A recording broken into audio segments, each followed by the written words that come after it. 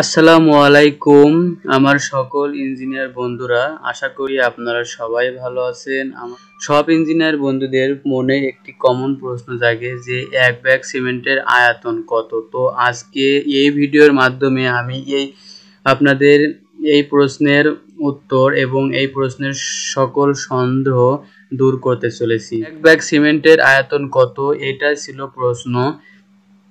এখন এক ব্যাগ সিমেন্টের ওজন 50 কেজি। আমি 1 ঘন মিটারে সিমেন্ট ধরে 1440 কেজি বাই ঘন মিটার।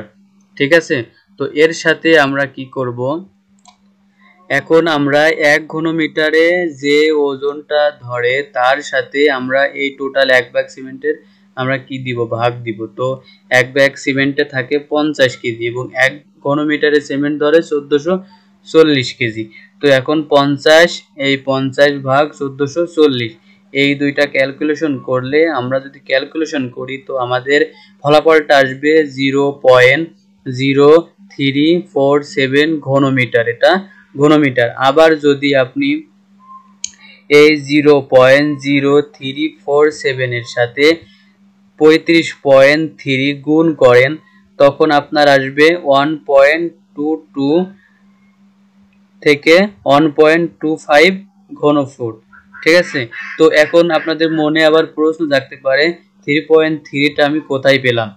আমরা জানি 1 ঘনমিটারে কত হয়, 35.3 ঘনফুট। এখন আমরা এই যে ঘন মিটারটা পাইছি এটাকে আমরা কি করছি, ঘনফিটে কনভার্ট করছি। এই 35.3 দিয়ে এর সাথে এই ঘনমিটারের সাথে গুণন করে আমরা এটাকে ঘনফুটে কনভার্ট করে আমরা 1.25 এটা আনছি। তো আমি আশা করছি আমার সকল ইঞ্জিনিয়ার বন্ধুরা এই প্রশ্নের উত্তরটা পেয়েছেন যে এক ব্যাগ সিমেন্টের আয়তন কত, এটা ঘনমিটারে এর আয়তন কত এবং ঘনফিটে এটার আয়তন কত। তো আমি দুই পদ্ধতিতেই এর আয়তনটা বের করে আপনাদেরকে সহজভাবে দেখাইছি। তো আশা করি আপনারা বুঝতে পেরেছেন।